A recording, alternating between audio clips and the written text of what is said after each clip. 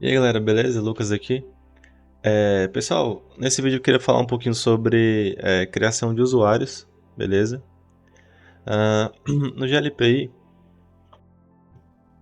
normalmente quando a gente fala de usuários, normalmente eles vão existir de maneira local, né? Criados localmente, ou a partir de alguma conexão de algum LDAP, né? De algum AD.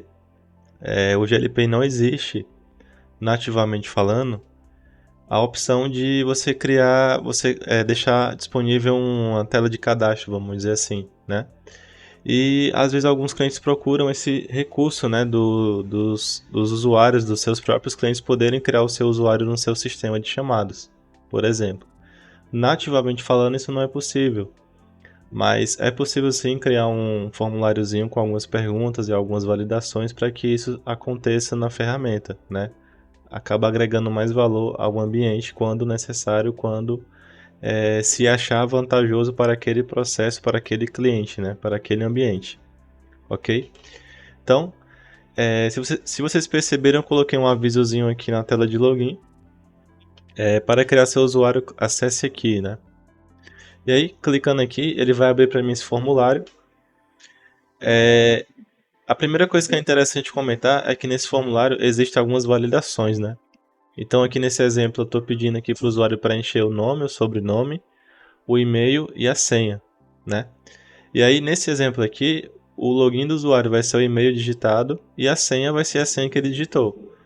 Então, a primeira vantagem é que eu já consigo garantir que o usuário vai criar a conta dele, por exemplo, com a própria senha que ele achar melhor, né? Atualmente, no GLP não existe a opção do usuário trocar a senha no primeiro login, por exemplo. Então, acontece muito de você criar uma conta para um usuário, ele acaba nem lembrando de trocar a senha, né? Porque ele precisa ir lá no cadastro dele, clicar lá em trocar a senha, né? E a gente sabe que nem sempre o usuário faz isso. Também é possível colocar aqui essa proteçãozinha do Google aqui, né, para ficar um pouco mais seguro. Aqui nesse exemplo o link está sem certificado digital, mas obviamente que se fosse em produção a gente tomaria esse cuidado também, beleza? Então eu vou fazer aqui um teste, ó, vou colocar aqui, ó, teste, pensar aqui, teste, vou botar teste, né, e o sobrenome YouTube, YouTube. Eu vou botar aqui, ó, o e-mail, né, teste YouTube. Vou botar o dia de hoje, 18/10/2024, arroba. Vou botar gmail.com, como se fosse um e-mail que existe, né? Aí a senha, eu vou colocar aqui a senha, sei lá, 1, 2, 3, 4, 5, 6, só para ficar salvo aqui. Não sou um robô. Fazer a validaçãozinha aqui, faixas de pedestre, né? Tem outra aqui, tem outra aqui, tem essa aqui. Beleza. Esse aqui é chato. Às vezes o negócio não funciona. Tenho certeza que em algum momento vocês já passaram por isso também.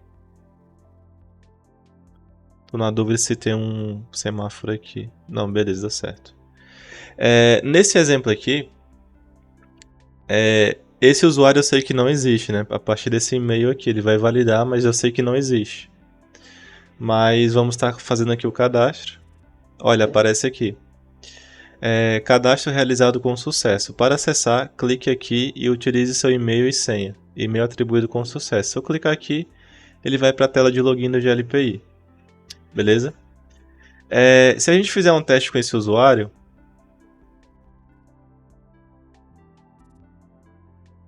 deixa eu só copiar aqui o e-mail para eu não perder. Vou botar aqui, ó, 1, 2, 3, 4, 5, 6.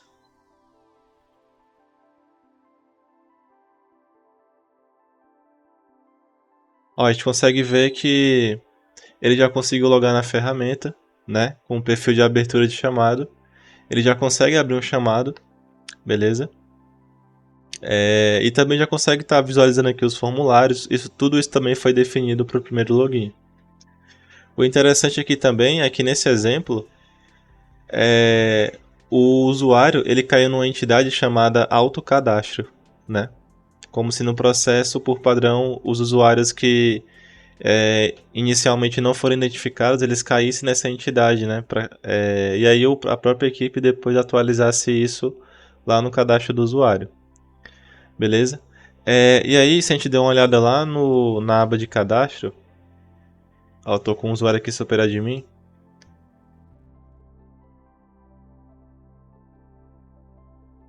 Beleza, aqui aparentemente achei estranho o filtro não ter funcionado, mas.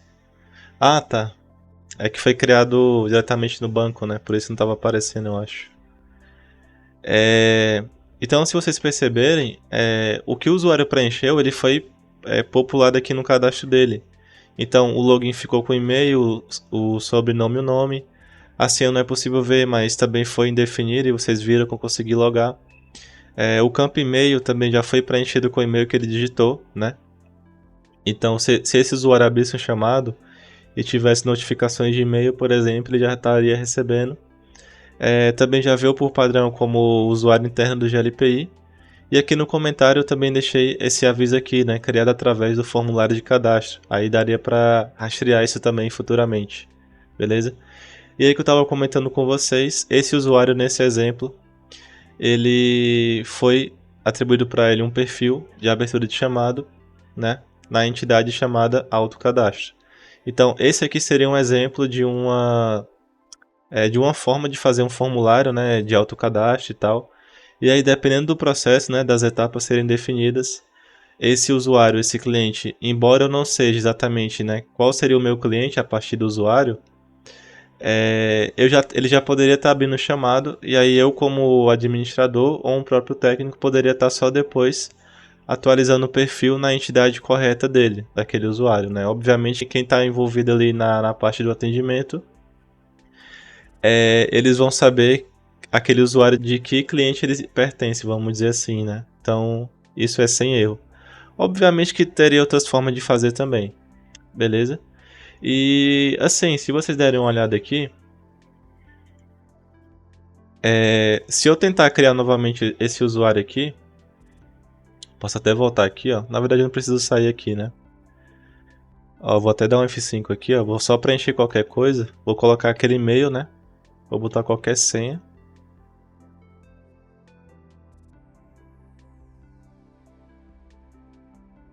Ó, usuário já cadastrado. Para acessar, clique aqui e utilize seu e-mail e senha. Caso eu tenha esquecido sua senha, pode redefini-la neste link, né? Então, a forma como foi configurado também vai impedir do cadastro ser realizado com duplicidade. Então, se esse usuário em algum momento ele esquecer a senha dele, ele pode clicar aqui e aí já vai abrir aquela tela de esquecer minha senha do GLPI. Ele pode colocar o e-mail dele e aí o GLPI vai enviar para o e-mail dele um link de reset da própria senha dele, né?